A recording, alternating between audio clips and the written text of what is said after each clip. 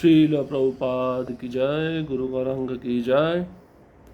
पिछले कुछ दिनों से हम भगवान रंगनाथ के मंदिर में जो भी अलग अलग छोटे छोटे मंदिर हैं उन मंदिरों के विषय में श्रवण कर रहे हैं।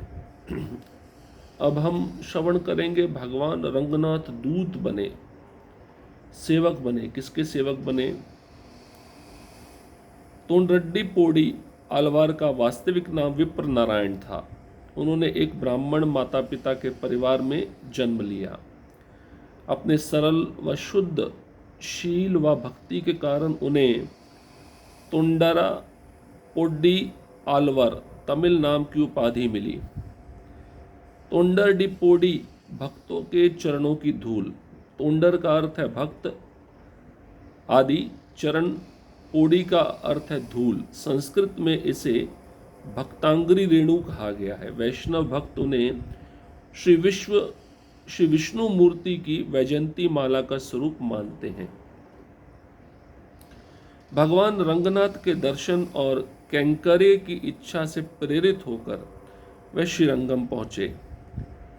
अपने प्रारंभिक जीवन में ही उनकी 3 कामनाएं थीं। पहली कामना भगवान को नित्य प्रति पुष्पमालाएं समर्पित करना, पुष्पमालाओं से अलंकृत उनका दर्शन करना। दूसरा, मुक्त कंठ से नाम संकीर्तन कर भगवान के गुण विशेषों को प्रकट करना। तीसरा, भगवान के भक्तों के प्रति प्रेम और उनकी सेवा एवं कैंकर्य में लगना। तो विप्र नारायण, जिनका तमिल नाम तोंडरडी पोडी है, वह भगवान रंगनाथ के दर्शन और उनके कैंकर्य मतलब सेवक बनने की इच्छा से प्रेरित होकर श्रीरंगम पहुंच गए। अब शुरुआत में उनके जीवन की 3 कामनाएं थी। पहली कामना तो यही है कि भगवान को रोज़ सुंदर सुंदर पुष्प चुनकर उसकी माला बनाकर समर्पित करना, मतलब पुष्प मालाओं से भगवान को हमेशा सजे हुए देखना। दूसरा कामना था अपने कंठ से, अपने गले से नाम संकीर्तन कर भगवान के गुण विशेषों को गाना।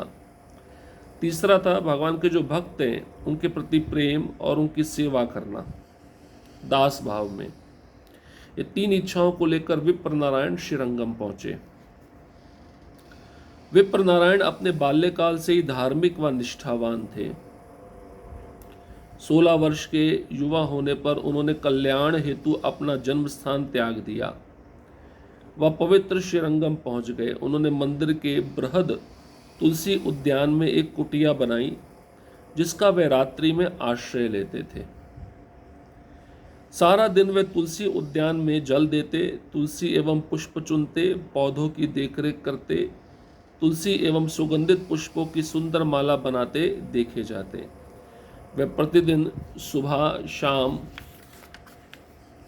श्रीरंगम के श्रीरंगनाथ को माला अर्पित कर सेवा किया करते। वे सदैव अविवाहित रहे। यदि किसी समय मंदिर आते जाते समय उनका सामना किसी स्त्री से होता तो वे उससे माता की तरह व्यवहार करते। वे एक सर्वसंग परित्यागी, समस्त सांसारिक बंधनों का परित्याग करने वाले की भांति थे। उनके सौंदर्य व यौवन अवस्था को देखकर समस्त लोग, भक्त तथा आगंतुक, उनके शील व ब्रह्मचर्य पर आश्चर्यचकित होते। ये शायद उनके द्वारा श्री रंगनाथ जी के लिए बनाए जाने वाले मालाओं से उनकी भक्ति में व अद्भुत आसक्ति के कारण था कि वैष्णव भक्त उन्हें श्री विष्णु की वैजयंती माला का स्वरूप मानते हैं। तो ये भी भगवान के परम भक्त, और इनका स्वरूप क्या है वैकुंठ में? भगवान की वैजयंती माला। यही वैजयंती माला विप्र नारायण बनकर पृथ्वी पर आई। अब यहाँ पे बताते हैं कि जो विप्र नारायण थे बचपन से ही धार्मिक थे, निष्ठावान थे भगवान की सेवा के प्रति। जब इनकी आयु 16 वर्ष की हुई तो अपना कल्याण करने हेतु इन्होंने अपना जन्म स्थान त्याग दिया और पवित्र श्रीरंगम में पहुंच गए। अब श्रीरंगम मंदिर पहुंचकर वहाँ पे उन्होंने बहुत बड़ा तुलसी उद्यान में एक कुटिया बनाई और उसी कुटिया में वे रात में सोते थे, आश्रय लिया। दिन भर तुलसी उद्यान में जल देते, तुलसी एवं मंजरियों को, पुष्पों को चुनते, उन तुलसी के पौधों की देखरेख करते, तुलसी एवं सुगंधित पुष्पों की सुंदर माला बनाए देखे जाते और रोज सुबह शाम श्रीरंगम के श्रीरंगनाथ भगवान को माला अर्पित किया करते सेवा के रूप में। इनकी यही सेवा थी, तुलसी की माला बनाना, सुगंधित पुष्पों की माला बनाना, भगवान रंगनाथ को अर्पित करना सुबह और शाम। और ब्रह्मचारी थे, अविवाहित रहे और किसी भी समय आते जाते मंदिर में कोई स्त्री से उनका सामना होता तो उस माता को उस स्त्री को वे माता की दृष्टि से देखते। सर्वसंग परित्यागी, जिसने सांसारिक सुखों का, सांसारिक बंधनों का परित्याग कर दिया हो, इस तरह से वे श्रीरंगम में जाने जाते थे। और दिखने में बहुत सुंदर थे, यौवन अवस्था थी, तो वहाँ के लोग इनको देखकर बड़ा आश्चर्य में पड़ जाते कि इतने सुंदर होकर, इतने युवा अवस्था में रहकर ये भगवान रंगनाथ की सेवा कैसे कर पा रहे हैं। क्योंकि जवानी में अगर ऐसा सब कुछ प्राप्त हो जाए तो व्यक्ति की इच्छाएं भोग में जल्दी लगती हैं। तो आने जाने वाले भक्त उनके शील ब्रह्मचर्य पर आश्चर्यचकित हो जाते। अब यह बताया गया उनके द्वारा जो मालाएं बनाई जाती थी भगवान रंगनाथ के लिए, वह भगवान रंगनाथ को बहुत ही पसंद होती थी। इसी प्रकार कुछ वर्ष बीत गए। मंदिर में आने वाले आगंतुक उद्यान में उस युवा संत का दर्शन करने भी आने लगे, जो सदैव शांत रहते थे और अपनी माला बनाने की क्रिया में आने वाले आगंतुकों से अनजान रहते थे। ऐसा लगता था कि मानो वे संसार में अकेले हैं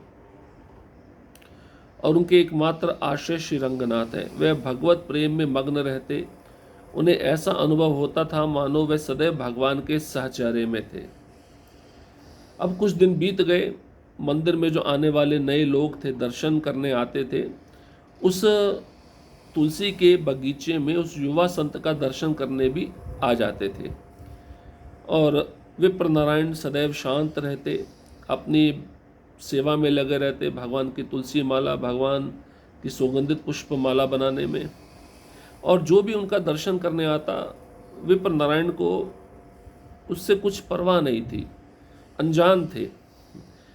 ऐसा नहीं कि मेरा कोई दर्शन करने आ रहा है तो मैं बहुत महान भक्त बन गया, ऐसा भाव उनके मन में नहीं था। वह दर्शन करने कोई उनका आता था तो उसकी तरफ ध्यान नहीं देते थे। ऐसा लगता था मानो संसार में अकेले हैं और उनके एकमात्र आश्रय कौन है? भगवान रंगनाथ। भगवान रंगनाथ के भगवत प्रेम में भगवान रंगनाथ के भगवत प्रेम में वे मग्न रहते थे और ऐसा उनको अनुभव होता था कि वे भगवान के सदैव संग में है, साहचर्य में है। अब एक घटना घटती है, सुनिए। उन दिनों श्रीरंगम के उत्तर में करम्बनूर उत्तमर कोविल नामक गांव में देव देवी नामक एक गणिका रहती थी। वह रूपवती ही नहीं, संगीत एवं नाट्य कला में भी निपुण थी।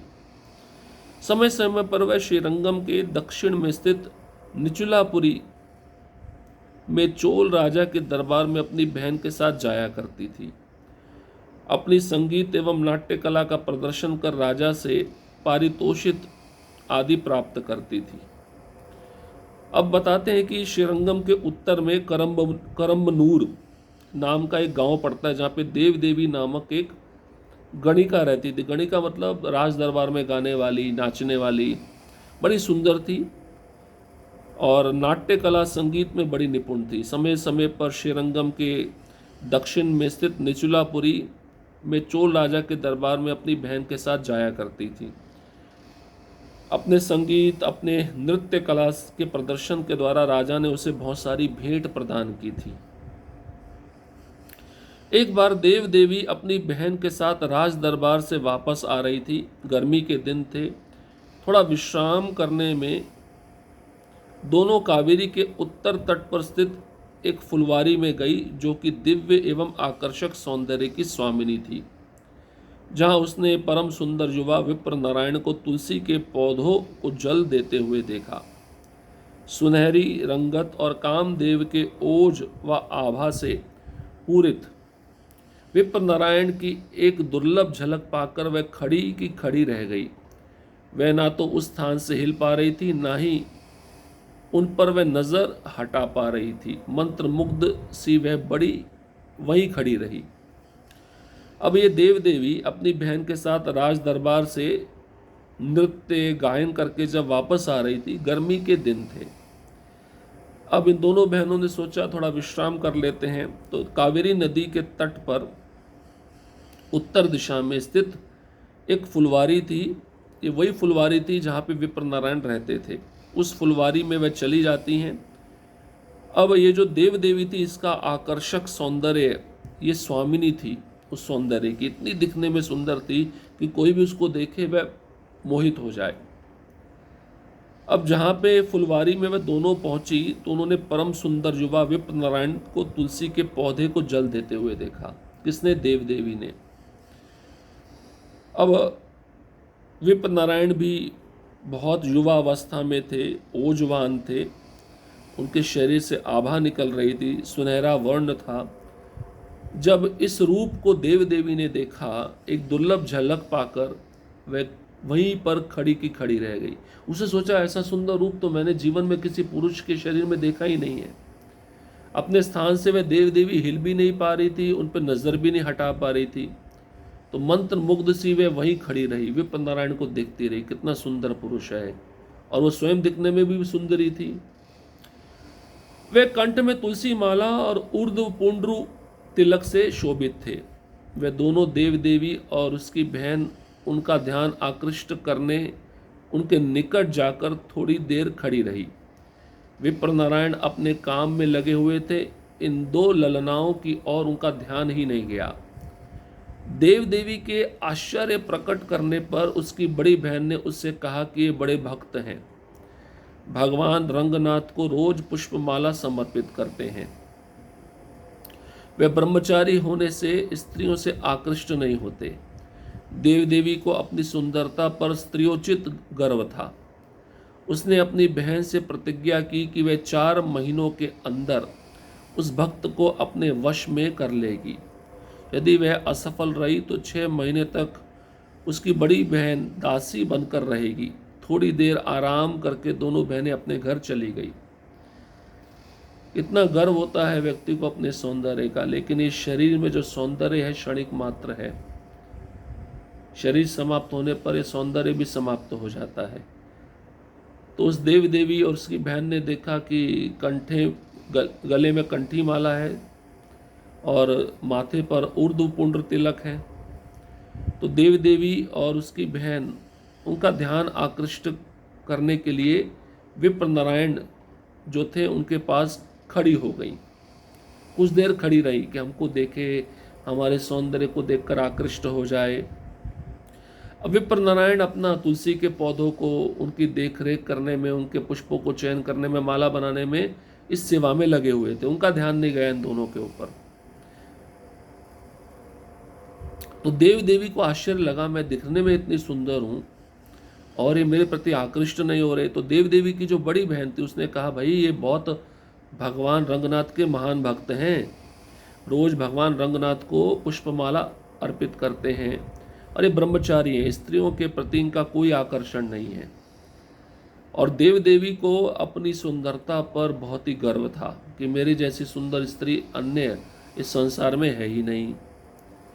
तो उन्होंने अपनी बहन से प्रतिज्ञा की कि 4 महीने के अंदर मैं अपने सौंदर्य के द्वारा इस विप्र नारायण नामक भक्त को अपने वश में कर लूँगी, मेरा दास बन जाएगा। और अगर मैं ऐसा नहीं कर पाई तो 6 महीने तक मैं तुम्हारी दासी बनकर रहूँगी।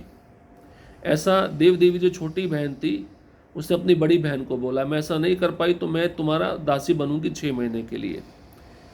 अब थोड़ी देर आराम करके दोनों बहनें वहाँ से चली गईं।